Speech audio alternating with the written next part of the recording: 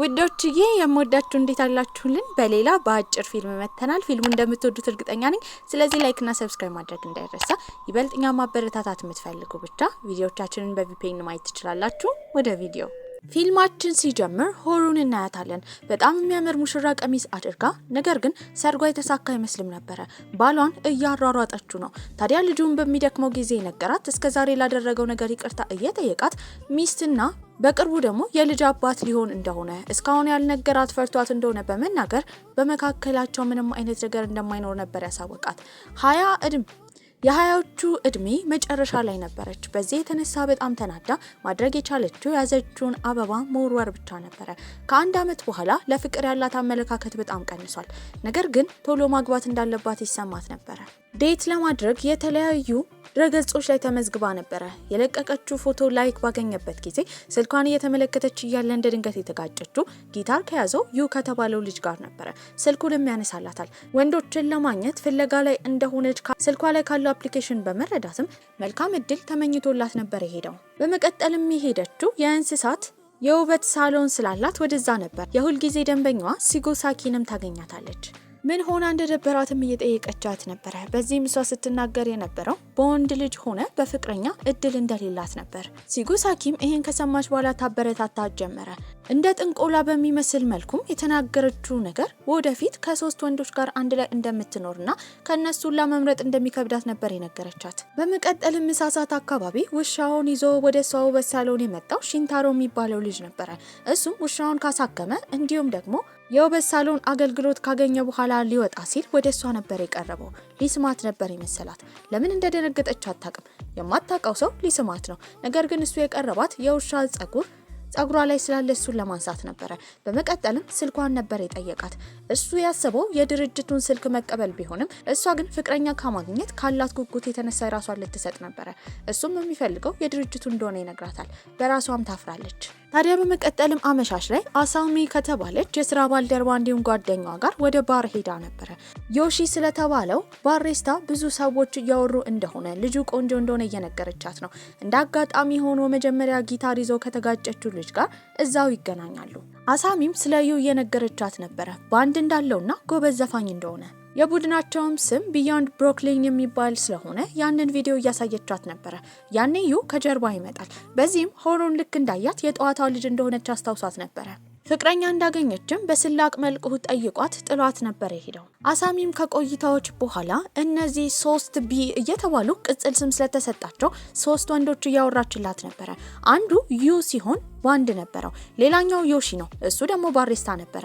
እንደ ጠዋት ደግሞ እሷ ውበት ሳሎን የመጣው ሺንታሮ የሚባለው ደግሞ ቢዩቲ ወይም ውበት ላይ የሚያተኩር እንደሆነ፣ በዚህም የተነሳ ቢቢ ስለተባሉ 3B ተብለው እንደሚጠሩ ነበር በግሩፕ የነገረቻት።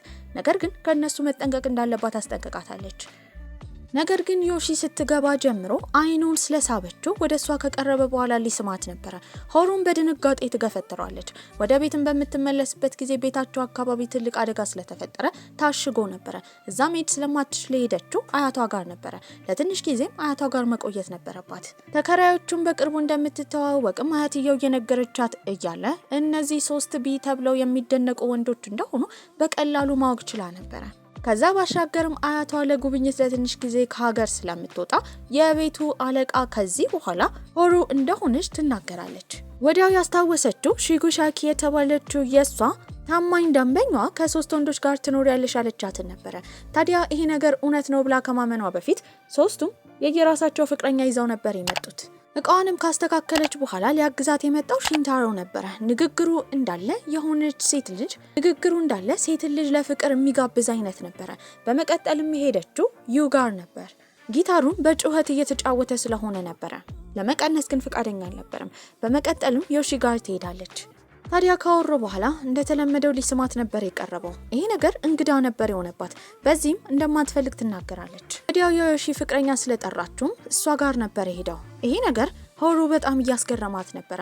በቀጣይ ቀንም ለሁሉም ሰው ያጋጠማትን ነገር እየተናገረች ነበረ። ጓደኛዋ አሳሚ ከነሱ መራቅ እንዳለባት በተደጋጋሚ ብትነግራትም ሺጎሳኮ የተባለችው የሷ ደንበኛ ግን ነገሩን እንድትሄድበትና ጥሩ እድል ሊያጋጥማት እንደሚችል እየመከረቻት ነበረ። ወደ ቤትም በምትሄድበት ጊዜ ለራሷ አይስክሬም ገዝታ ፍሪጅ ውስጥ ነበር ያስቀመጠችው። ያንን አይስክሬም ገላዋን ከታጠበች በኋላ ለመብላት በምትሄድበት ጊዜ ታጣዋለች። እንደወሰዱትም እርግጠኛ ነበረች። ታዲያ ግን ያነበበችው ነገር ፍሪጁ ላይ አያቷ ከመሄዷ በፊት ጽሑፍ ጽፋላታለች። የራሷን ምግብ የምታስቀምጥ ከሆነ ስሟን እንድትጽፍበት ነበረ። እሷን በመቀጠል ወደ ዲስኩ በምትዞርበት ጊዜ የተመለከተችው የኪራይ ወረቀት ነበረ። ሶስቱም የቤት ኪራይ ገንዘብ አልከፈሉም ነበረ። መጀመሪያ የጀመረችው ከዮሺ ነበረ። እሱንም ቀስቅሳ ገንዘብ እንዲያመጣ ጠይቋለች። የቤት ኪራይ የሚባለውን ነገር በሰማበት ጊዜ ግን ቶሎ ብሎ አምልጧት ይሄዳል። በመቀጠልም ወደ ቤት የመጣው ሺንታሮ ነበረ። ሰላም ስትለው እሷ ሰላም ስላለችው ብቻ ቀኑ እንደበራለት እየተናገረ ነበረ። በመቀጠልም የጠየቀችው ስለ ቤት ኪራይ ገንዘብ ነው። ልክ የቤት ኪራይ የሚባለውን ነገር ሲሰማ ወሬ ፈጥሮ ቶሎ ብሎ ወደ ክፍሉ ይሄዳል።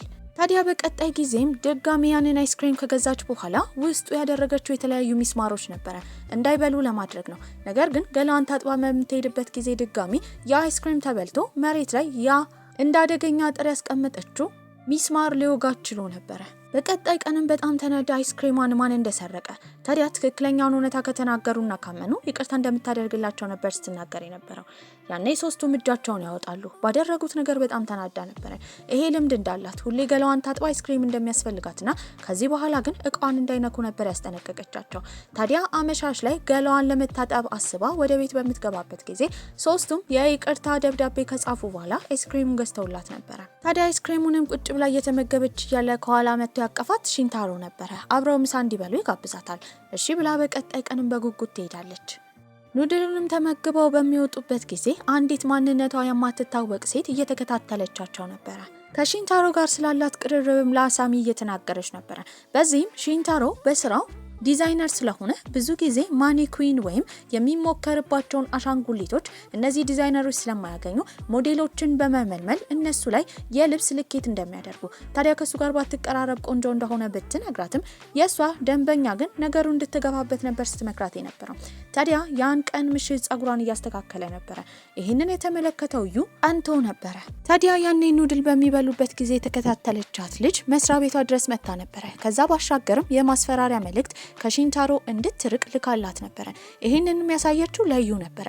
ዩም ሲናገር የነበረው ሺንታሮ ከተለያዩ ሞዴሎች ጋር ስራ እንደሚሰራ፣ በዚህ መቀራረብ አማካኝነት እሱ በሌላ መንገድ ባያስበውም ሴቶቹ ከሱ ክፉኛ ሱስ እንደሚይዛቸው ነበር የተናገረው። ታዲያ እሱን አውርታ ልትሄድ ስትል ግን መብራት ይጠፋል። በሩም ይንኳኳ ጀመረ። በዚህም ፈርታ አብሯት እንዲቆይ ነበር የጠየቀችው። እዛው ሶፋ ላይ ነበር የተኙት። በቀጣይ ቀንም ዮሺ ይመጣል። በጣም ከመቅናቱም የተነሳ ዩን የጠየቀው በአሁኑ ሆሩን ተጠቅሞ እንደ ሁሌው ሴቶችን እየተጠቀመ ዘፈን እንደሚጽፈው ዘፈን ሊጽፍባት እንዳሰበ ነበር የጠየቀው። ዩ እንደዛ እንዳላደረገ ይናገራል። በቀጣይ ጊዜ ሺንታሮን ቤት ባገኘችው ጊዜ ለሴቶች የተለያዩ የፍቅር ቃላቶችን ስለሚጠቀም ሴቶቹ በሌላ መንገድ እንዲያስቡ ስለሚያደርጋቸው ንግግሩን እንዲቆጥብ ነበር ስታስጠነቅቀው የነበረው።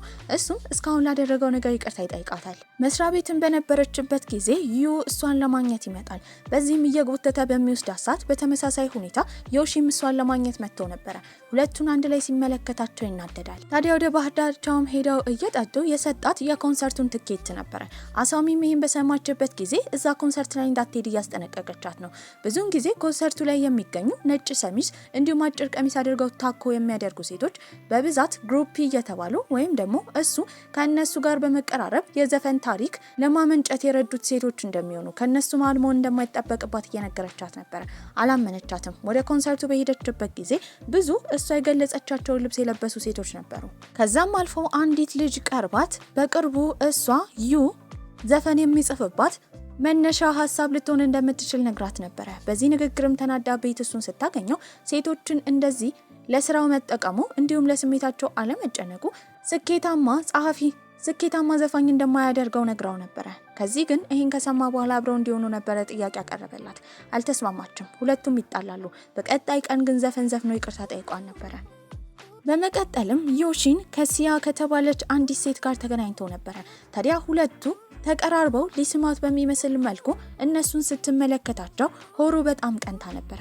እሱ ባሪስታ ስለሆነ በቅርቡ የተለያዩ ኮክቴሎች እንደ አዲስ እየሰራ ስለሆነ እንድትቀምስለት ሆሩን ጠይቋት በደስታ ሄዳ ነበረ። ከመሄዷ በፊት ጓደኛዋ አሳሚን ብታማክራትም አሳሚ አሁንም እሷ ወደ ባር በመሄዷ ሀሳብ አልተስማማችም ነበር። ባሪስታዎች ብዙውን ጊዜ የሴቶችን ፍላጎት ለማክበር የሚሞክሩና ሴቶችን ቁጭ ብለው በሰከሩበት ጊዜ የሚሰሙ፣ በዚህ አጋጣሚ ግን ብራቸውን የሚወስዱ ሰዎች እንደሆኑ እየተናገረች ነበር። በቀጣይ ቀንም የውበት ሳሎን ውስጥ በነበረችበት ጊዜ ሲያ እሷ ጋር መጣ ነበር። የነገረቻትም ዮሺ አግብቶ እንደፈታ ነበር። በዚህም ከብዙ ሴቶች ጋር ስለሚገናኝ ምናልባት የፍቺው ምክንያት ሴቶች ይሆናሉ ብላ ነበር ያሰበችው። በዚህም በቀጣይ ቀን ወደ ቤት በምትሄድበት ጊዜ ሲያና ዮሺ ከቤት እየወጡ ነበር የተመለከተችው። እሱንም ብቻውን ስታገኘው ከዚህ በኋላ ኮክቴል ለመቅመስ ወደ ባሩ እንደማትመጣ ባይሆን ፍቅረኛውን እንዲጠይቅ ነበር የነገረችው። ይህን ሲሰማ ይደናገጣል። በዚህም ሲያን እየተጠቀመባት እንደሆነና ለእሷ ስሜት መጨነቅ እንዳለበት ነበር የነገረችው። በቀጣይ ጊዜም ሲያ እሷ ጋር መጣ ነበር። ያላወቀችው ነገር ግን ሲያ እህቱ እንደሆነች ነው። ከዛ ባሻገርም ዮሺ ከሚስቱ ጋር ሊፋታ የቻለው ሚስቱ ሌላ ወንድ ጋር ስለሄደች ነበር። የጥፋተኝነት ስሜት የተሰማት ሆኖ እሱን ለማግኘት ወደ ባር ትሄዳለች። ሄዳም ዮሺንም ይቅርታ ጠይቃው ነበር። ይቅርታ ከጠየቀችው በኋላ በምትወጣበት ጊዜ ግን ይከተላታል። ሊስማት ነበር የቀረባት። እንደተለመደው እምቢ ትላለች። ሁለቱ ተቀራርበው ግን ሺንታሮ ተመልክተው ነበር። በቀጣይ ቀንም ከእንቅልፏ ስትነሳ ከባድ ትኩሳት ነበራት። ሺንታሮም እንደ ትላንትና የተመለከተውን ነገር እንደ ማስረጃ በመያዝ ዮሺን እንደሚወዳት ሆሩን ይጠይቋል። እሱ ግን መልስ አልመለሰም። ዩ ደግሞ የሚያወሩት ነገር ግራ ገብቶት ነበር። በዚህ አጋጣሚ ሺንታሮ ቀደም ብሎ የተናገረው ለሆሩ የፍቅር ስሜት ስላለው ሁለት ወንዶች እንዲደግፉት ነበር። እነሱ ግን ከመቅናት ውጪ ሊደግፉት አልቻሉም። ታዲያ እሷም ስላመማት ሊንከባከባት እየሞከሩ ነበር። እርስ በርስ እየተፎካከሩ ነበር። መድኃኒት ለማምጣት እንኳን እሷ ጋር ሲሄዱ የነበረው። በመቀጠልም ዮሺ ራሱ የስራ እረፍት ወስዶ እሷን ለመንከባከብ መጥቶ ነበር። ሶስቱ ወንዶችም ለእሷ ስሜት እንዳላቸው እርስ በርስ ከተነጋገሩ በኋላ ሊደባደቡ ሁላ ደርሰው ነበር። ጓደኛዋንም ለማየት አሳሚ ወደ ቤት ትመጣለች። ሶስቱ ወንዶች እሷን እንደሚወዷት እንደሚያስታውቅና እየተፎካከሩ እንደሆነ ማንን ልትመርጥ እንደሆነ ትጠይቃታለች። ሆሩ ግን እንዳላሰበችበት ብትናገርም አሳሚ እየደበቀችው ያለው ነገር ሆሩ እንዳለ አውቃባት ነበር። በቀጣይ ቀንም መንገድ ላይ እየተራመደች ያለ የቀድሞ ባሏን የሚመስል አኮዶ የተባለ ልጅ ጋር ነበር የተገናኘችው። እሱም የቲያትር ፕሮግራም ስላለው ወረቀት እየበተነ ነበር። ስታየው ፍዝዝ ብላ ትቀራለች። ተቀራርበውም ስልክ ሊለዋወጡ ችለው ነበር። ያጋጠማትን ነገር ለአሳሚ ብትነግራትም ከሶስቱ ቢዎች የበለጠ መድረክ ላይ የሚተውኑ ወንዶችን መፍራት እንዳለባትና ከነሱ ጋር ምንም አይነት ግንኙነት እንዳትጀምር ብታስጠነቅቃትም ልጁ ቁርጥ የቀድሞ ባሏ እንደሚመስል ትናገራለች። ይባስ ደግሞ አሳሚ በዚህ ሀሳብ እንደማትስማማ ነበር የመከረቻት። የጓደኛዋን ምክር ሳትሰማ ግን ከልጁ ጋር ጊዜ አሳልፋ በደስታ ቤት በምትመለስበት ጊዜ ፊቷ ላይ ፈገግታ የተመለከቱት እነዩ ምን እንደተፈጠረ ቢጠይቋትም አልነገረቻቸውም ነበር። ነገር ግን የእሷ ጓደኛ አሳሚ የሄደችው ዮሺ ጋር ነበር። በዚህም ዛሬ ሆሩ ከወንድ ጋር ጊዜ እንዳሳለፈች ስትነግረው ተናዶ ነበር።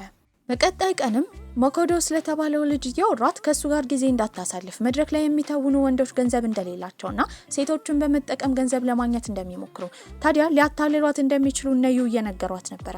በዚህ ወሬ ዮሺ ከተቀላቀለ በኋላ እውነት ሞኮዶ ከሱ እንደሚበልጥ ነበር የጠየቃት። መመለስ አልፈለገችም። ያን ቀን ምሽት ግን እነዩ ባንዳቸው በደንብ ተጫዋች ስለሆነ ዩኒቨርሲቲ ከተባለ ድርጅት ጋር እንዲፈራረሙ ጥያቄ ቀርቦላቸው ነበር። በሌላ በኩል ሞኮዶ ከተባለው ልጅ ጋር በቴክስት በምታወራበት ጊዜ ሆሮ እሱ መድረክ ላይ ፕሮግራም የማያቀርብበት ምክንያት ደግሞ ገንዘብ ስለሌላቸው እንደሆነ እየነገራት ነበር። እሱንም ለማግኘት ትሄዳለች። እነዩም ቶሎ ብለው ግጥሙን መጻፍ እንዳለባቸው ዜማም እንዲሰሩ ተነግሯቸው ነበር።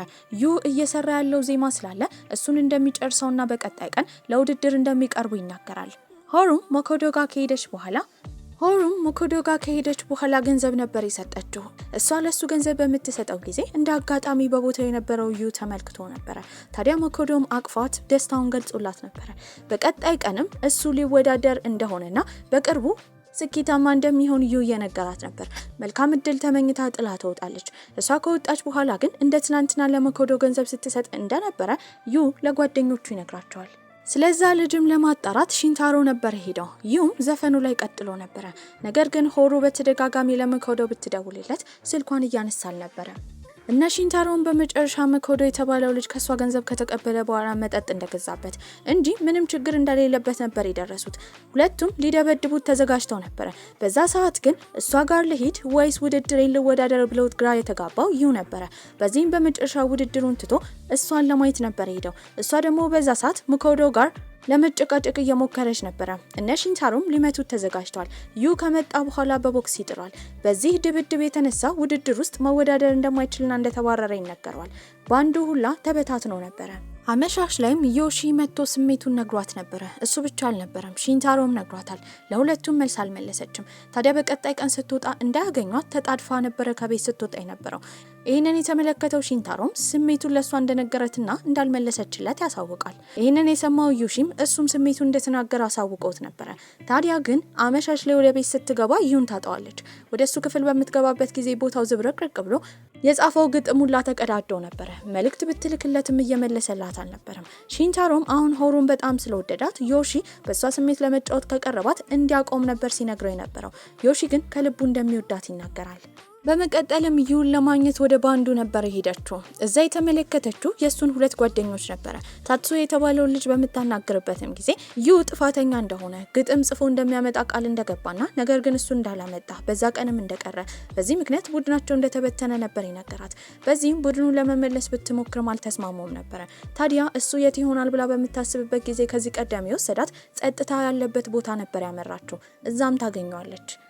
በምታየው ጊዜ ግን የሆነች ሴት አብራው ነበረች። ታዲያ ልክ እሷን ስታያት ልጅቷ ዩን እየሳመችው እንደሆነ ለማስመሰል ትቀርበዋለች። ይህንን የተመለከተችው ሆሩም ደንግጣ ትሄዳለች። ነገር ግን እንዳትስመው ዩ ሸሽቶ ነበረ። ቤትን በገባችበት ጊዜ ጸጉሯን ለመስራት የፈለገው ሺንታሮ ነበረ። እየተሰራች እያለ ስለገለጸላት ስሜት ምን እንዳሰበች ነበር የጠየቃት። እሷም እንደ ጓደኛ እንደምታየውና ከዛ ባሻገር ምንም እንደሌለ ትነግረዋለች። በመቀጠል መሄደችው ዮሺ ጋር ነበረ።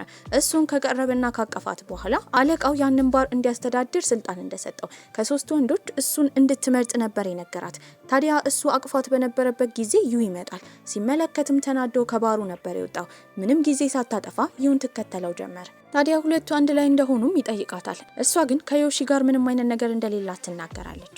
በመቀጠልም ዩ ጓደኞቹ ጋር ሄዶ ይቅርታ ይጠይቃቸዋል። እነ ታትሱያም ተቀብለውት ነበረ። ሀሳቡን እንዲቀይር ያደረገችው ሆሩ እንደሆነች ታትሱያ ይናገራል። እሱም በመቀጠል ኮንሰርት ላይ ፕሮግራም ማቅረቡ ስለማይቀር የኮንሰርት መግቢያ ትኬት ለሆሩ ይሰጣታል።